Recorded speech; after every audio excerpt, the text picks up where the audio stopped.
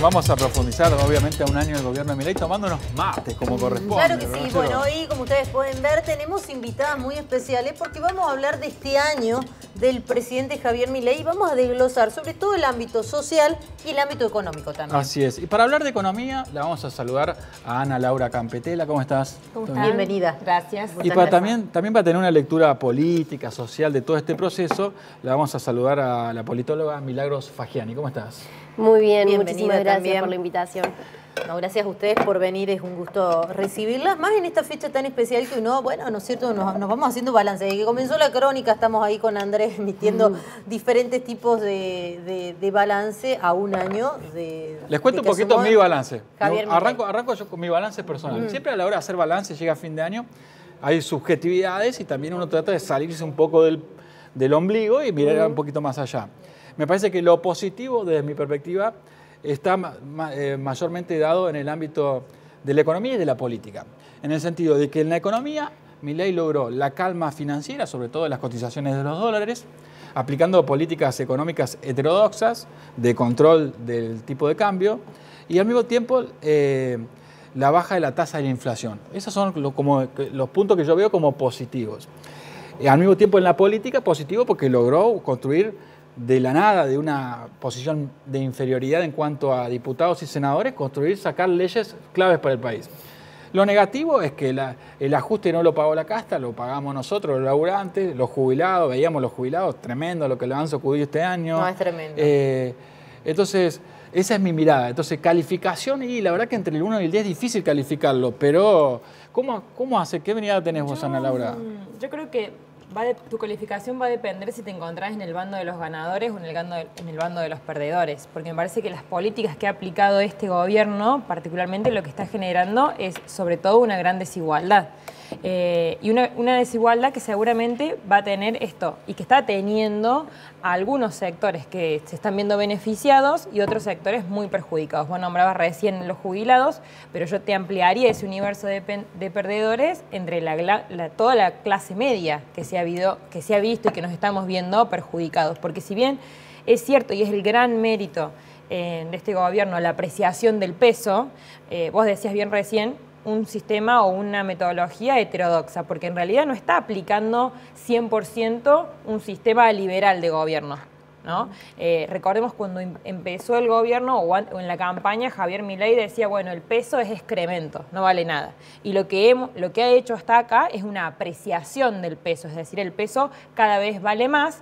Mantuvo el cepo, que era algo que dijo que iba a eliminar de cuajo al principio, y eso efectivamente no pasó, y es la mantención del cepo lo que le está permitiendo mantener esta calma, y sí creo que la baja de la inflación o la tendencia de la baja que se sostiene, más allá de lo que vamos a ver seguramente ahora en los números de noviembre y diciembre, un pequeño repunte quizás en ese número por las compras de Navidad, porque existe el aguinaldo todavía para una parte importante de la población. Más allá de eso uno ve que la tendencia es a la baja, incluso más a la baja de lo que los analistas decían, ¿no? Todo el mundo decía no va a perforar el 4, después no va a perforar el 3 y lo perfora. Bueno, eso está lográndose, me parece, a partir del mantenimiento del cepo, de las variables de la macroeconomía. Ahora, lo que está pasando en la micro es que todos hemos perdido desde, mínimamente, si contamos de diciembre para acá, un 30% de nuestros salarios. Como mínimo. Como mínimo, y si te vas a agosto del 2023, que fue cuando efectivamente se desató la gran crisis y asumió el gobierno, o la gestión sobre todo, empezó el famoso plan Platita de Sergio Massa, hemos perdido más y depende del sector asalariado, esa cuota de poder real de compra está siendo más intensa. Más intenso. ¿no? Yo a la hora de hacer un balance, a diferencia de lo que plantea Andrés, sí, por supuesto, me parece que la situación de los jubilados es irracional, es aberrante, pero también me pongo a pensar en todos los trabajadores que se quedaron sin trabajo. en todas aquellas familias que perdieron el sustento, ¿no? En todos aquellos trabajadores que no pueden insertarse en el mercado laboral por una cuestión de edad, por una cuestión de varias cuestiones, o aquellos trabajadores que están pendientes y que tienen miedo de perder la fuente laboral. Yo creo que eso es una realidad que ha sido constante en este transcurso de este año y la verdad que afecta a muchísimas familias argentinas, lamentablemente. Sí, en ese sentido me parece que, decíamos recién, están los ganadores y los perdedores. Lo más paradigmático de este gobierno es que también los perdedores siguen apoyando a la gestión actual. Nosotros cuando vemos en las cuentas vemos gente que dice, tuve que reducir mis gastos, es decir, bajé mi consumo, estoy gastando mis ahorros o estoy consumiendo menos, incluso en cuestiones básicas como la alimentación, y sin embargo siguen manteniendo un nivel de aprobación alta a la gestión actual. Entonces, creo que lo que vemos este año es la gran pregunta que nos hacemos todos de cómo con los costos que tuvo para la microeconomía sigue sosteniendo este gobierno el nivel de apoyo que tiene. Y en ese sentido creo que la inflación es uno de los puntos claves, como decías, porque desde el 2021 hasta julio de este año, según la encuesta de satisfacción de opinión pública de la Universidad de San Andrés, la inflación era el principal problema de los argentinos. Sí. Entonces logra dar con un tema que es clave. Y ahora, por supuesto, empiezan a emerger otros problemas. El nivel de los salarios, la pobreza, la delincuencia. El desempleo, exactamente. Entonces, lo que vemos es que logró dar con un tema clave en el cual la gente está preocupada por ese tema y a partir de eso genera cierta sostenibilidad pese a el perjuicio que hace en la vida individual. Sí. Eso, todas las medidas que toman, ¿por qué lo siguen sosteniendo? O sea, ¿por qué sigue con ese apoyo? Porque todas las medidas que toman no son ninguna que empatizan con los trabajadores o con los jubilados. ¿Quién, por favor, no empatiza con lo que están viviendo los jubilados? Yo pondría un manto de dudas sobre esto de empatizar. Digo, más allá de las encuestas que seguro son verdaderas, digo, en términos de que, bueno, claro, la gente responde, le preguntan y responde eso. No comparto el mate. No comparte después de la pandemia. Está muy bien, es un aprendizaje que nos dejó la pandemia. Yo sigo teniendo el vicio. Pero lo que quiero decir es, más allá de que el dato en la encuesta estamos, me parece, alumbrando una época de mucha volatilidad política. Y no solamente nos pasa en la Argentina, sino pasa en el mundo. Digo, hace apenas 4 meses o menos de 6 meses, Macron logró armar gobierno y ahora le renunció, le explotó todo. Y esa volatilidad que está pasando en el mundo también pasa acá. ¿Qué quiero decir con esto? Probablemente le preguntemos a la gente y ella tiene que responder una encuesta y bueno, quizás un año sigue sosteniendo lo mismo que dijo en las urnas hace apenas otro año. Pero cuando tengamos que volver a enfrentarnos ahí, realmente vamos a ver lo que está pasando, porque es cuando efectivamente la mayoría de la población se pone a pensar y dice, bueno, a ver a quién voto. Y me parece que en general lo que estamos viendo es que ese voto siempre está condicionado por las condiciones, valga la redundancia, materiales de vida. Recién hablábamos esto del consumo, de las cuestiones de la macroeconomía. Cuando uno ve los consumos, estamos en los pisos históricos del consumo de carne por habitante, y ese es un consumo muy caro para los argentinos. Y por otro lado, lo que estamos viendo es que lo que aumentó de consumo es la papa, los fideos, el arroz, que son consumos mucho más económicos, más llenadores, pero que nos hablan de ¿qué? De la pobreza estructural en la que estamos viviendo. Porque vos cuando tuviste que dejar de comer carne para pasar a comer papa, efectivamente es porque estás contando los puchos. Una cosa que a mí me parece es que hay muchos que dicen, más que creerle a Milei lo que dice, hay que ver lo que hace, ¿no? Y me parece que el discurso libertario de Milei, como el Che Guevara de los libertarios, que tiene una proliferación y consumo internacional con Elon Musk y los más de 10 viajes a Estados Unidos en lo que va de un año. Una cosa es el producto Milei como producto de marketing en la venta, sobre todo por fuera de nuestro país, como líder libertario global. Pero si lo vemos en nuestro mercado interno, digamos, nuestro consumo interno, y vemos sus políticas reales, se manejó políticamente como heterodoxo o muy pragmático, más que como idealista, más pragmático que idealista, porque ha hecho control de precios, ha acordado con las prepagas, ha acordado con los supermercadistas, porque con los sectores de la casta política también buscó acuerdos políticos. Entonces uno percibe que más o es un idealista y líder revolucionario libertario, o es un pragmático de la política.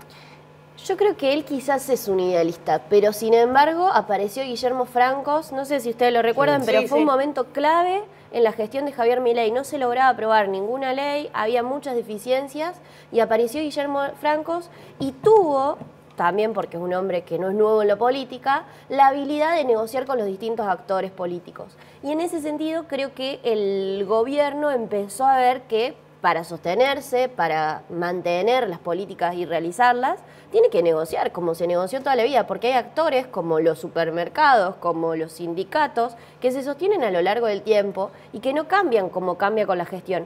Y hubo otros con los que también tuvo que negociar, porque con los gobernadores, si bien hubo mucha presión y evidentemente hubo una disminución en las transferencias, también tuvo negociaciones con varios de ellos. Entonces, creo que es más un pragmático su gestión, pero evidentemente lo sacaron a él de las negociaciones porque no era idóneo para la tarea. La persona para negociar. Ahora, este discurso que tiene Javier Milei, por ejemplo, cuando se enfrenta con las universidades, ¿no? El discurso de plantear a las universidades que es una estructura de la sociedad fundamental, plantearla como enemigo.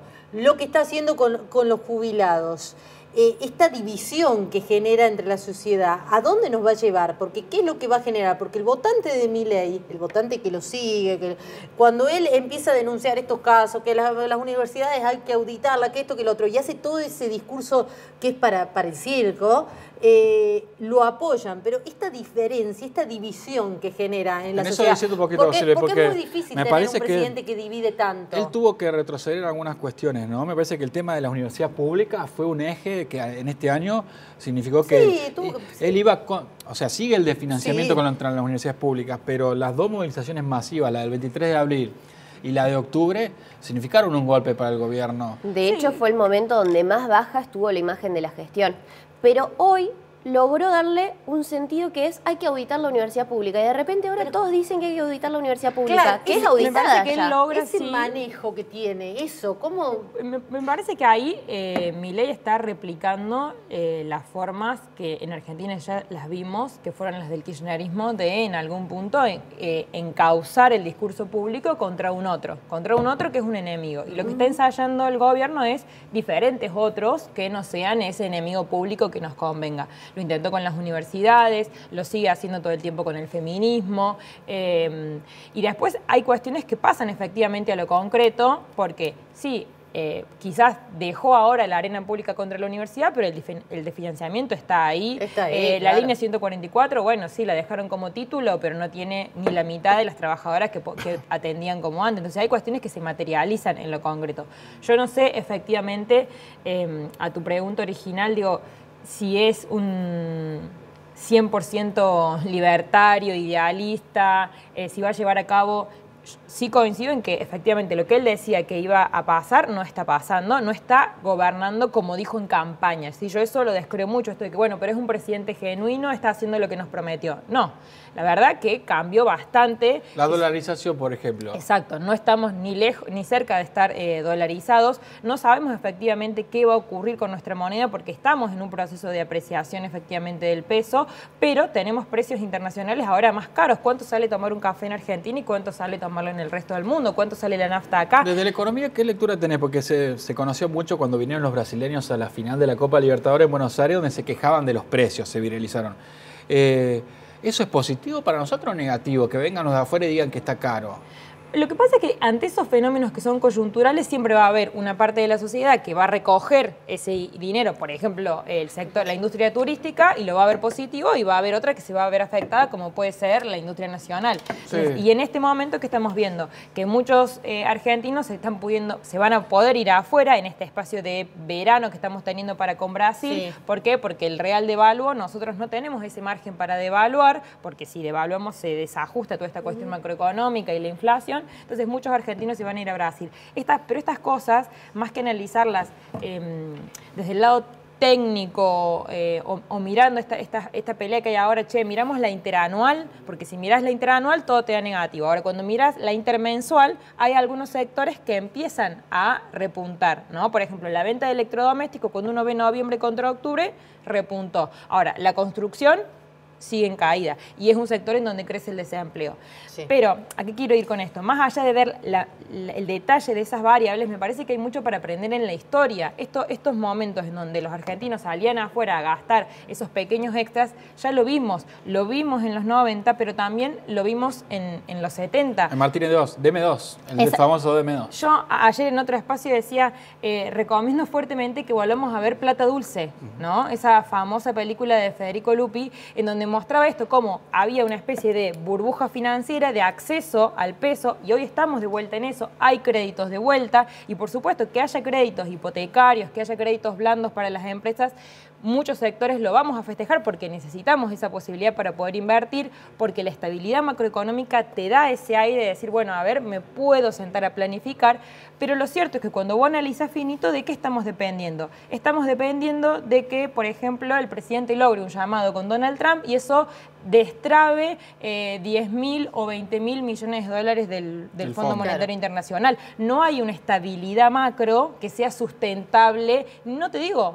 en 5 años, en 6 meses. Todos sabemos que esta estabilidad, aunque ha habido una perforación de las expectativas quizás en el sector empresario, no es sustentable. Cuando yo decía recién hay ganadores, es porque me parece que hay que admitir que quienes están gobernando efectivamente no son quizás ni Javier Milei, ni la jefa, la hermana, sino quizás el ministro el jefe. Caputo, pero Caputo a través de qué? A través de un conjunto de empresas que son las que están ganando, las energéticas, las financieras, Eurnequian, digo, algunos amigos que cuando uno mira no tan finito, eran quienes apoyaban a Javier Milei. Bien, clarísimo, Ana Laura, vos ahí dejás también de algo que se vincula a la política, cuando nombrás el jefe, Karina Milei, o nombrás el armado político, que la Libertad Avanza se conforma como partido político nacional. ¿Qué va a pasar? ¿Cómo lo vemos, Milagros, este año que se avecina, que se viene, político electoral 2025? La Libertad Avanza va a priorizar candidatos propios, puros, de pura cepa libertaria, por ejemplo en Córdoba, o se va como Bornoroni, o se va a vincular con Rodrigo de Loredo, con Luis Juez, con un armado más abierto a aliados políticos. Mira, en ese sentido me parece que va a depender provincia a provincia. Es decir, no es lo mismo en todas las provincias la capacidad que va a tener para encontrar a las figuras que correspondan. Sí, en muchas ya se están haciendo acuerdos para que sectores de la UCR, de ECO en Corrientes, incluso en algunas provincias del PJ, empiecen a formar la Libertad Avanza. Pero al ser una elección provincial, si son figuras que ya están repetidas, que ya han ido en las boletas y que la gente las conoce y conoce sus andanzas, pierde esta idea de partido nuevo que es fundamental porque la gente, la elección que tiene que hacer Javier Milei de cara al año que viene es que la gente vote el sello partidario y no a las personas. Entonces, para mí lo más conveniente sería que busque outsiders con no tanto nivel de conocimiento, pero que le garanticen ese voto en el sello, porque en muchas de las provincias, no en todas, sigue teniendo una imagen positiva el presidente. Entonces, la dificultad va a estar en quiénes, qué confianza se tiene y que no sean capturados por los partidos hegemónicos que están en las provincias, sea la UCR, el PRO, Juntos por el Cambio o el PJ. Bien, clarísimo, le agradecemos a ambas que hayan venido en este día. Un lujo, tan un gustazo, especial. gracias por venir.